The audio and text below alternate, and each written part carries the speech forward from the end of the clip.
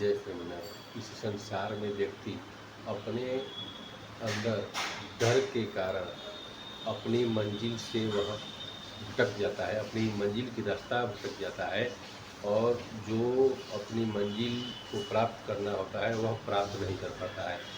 एक आपको दृष्टांत सुनाते हैं। एक राजा ने किसी व्यक्ति को गलती की सजा में फांसी सुनाई और फांसी से एक दिन पहले उन्होंने उस दोषी से कहा कि तुम्हारे पास दो विकल्प है, या तो तुम इस गुप्त दरवाजे से बाहर निकल जाओ या फिर फांसी पर लटक जाओ। उस अपराधी ने, उस दोषी व्यक्ति ने सोचा क्या पता इस गुप्त दरवाजे के आगे मैं जाऊं तो क्या पता कहीं जहरीला सांप हो या कोई भयावह जंगली जानवर हो या कोई भूखा शेर बैठा हो जो मुझे खा जाए। इस वजह से वह डर के कारण गुप्त दरवाजा से जाना स्वीकार नहीं किया और फांसी पर लटकना स्वीकार किया। लेकिन फांसी पर लटकने से पहले उसने राजा साहब से पूछा, हे राजा साहब, मैं तो फांसी को चुन ही लिया हूँ, आप बता दीजिए कि आखिर उस गुप्त दरवाजे से क्या था बाहर। राजा ने कहा कि तुम अपने डर के कारण अपनी स्वतंत्रता, अपनी आज़ादी खो दिए और फांसी पर लटकना स्वीकार किया। उस गुप्त दरवाजा के बाहर तुम्हारी आज़ादी थी, तुम्हारी स्वतंत्रता थी, तुम जो चाहते तुम वह कर सकते थे, तुम अपनी मंजिल को प्राप्त कर सकते थे।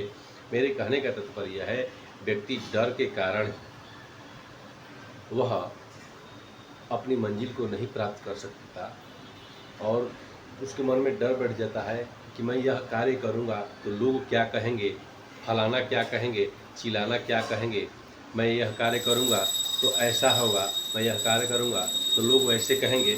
जो इन सब बातों को दरकिनार करके, अपने से साइड करके एकमात्र अपने मंजिल पर, अपने गोल पर, अपने एम पर फोकस करता है कि हमको यह करना है, लोग क्या करेगा, क्या कहेगा, इसकी चिंता अगर नहीं करता है और अपने मन से डर को निकाल करके निस्वार्थ निडर होकर के वह अपने मंजिल की ओर बढ़ता है तो बहुत जल्द, शीघ्र अपने मंजिल को प्राप्त करता है और उसके बाद सब लोग उसकी जो है शाबाशी लूटते हैं, वाहवाही करते हैं, उसको धन्यवाद करते हैं। इसलिए व्यक्ति को, मानव मात्र को अपने अंदर से डर को निकाल करके, निडर हो करके कोई भी कार्य को करना चाहिए।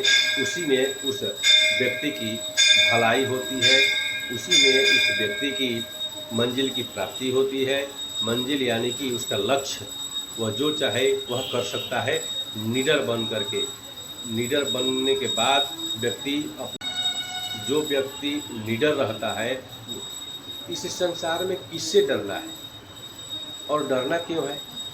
जो गलत करता है वह डरता है, जो सही करता है, सही मार्ग पर चलता है, सतमार्ग पर चलता है, सनातन धर्म की रक्षा करता है, अपने धर्म की रक्षा करता है, उसको डरने की क्या जरूरत है? जो गलत कार्य करता है वही डरता है, जो सही कार्य करता है वह कभी नहीं डरता है।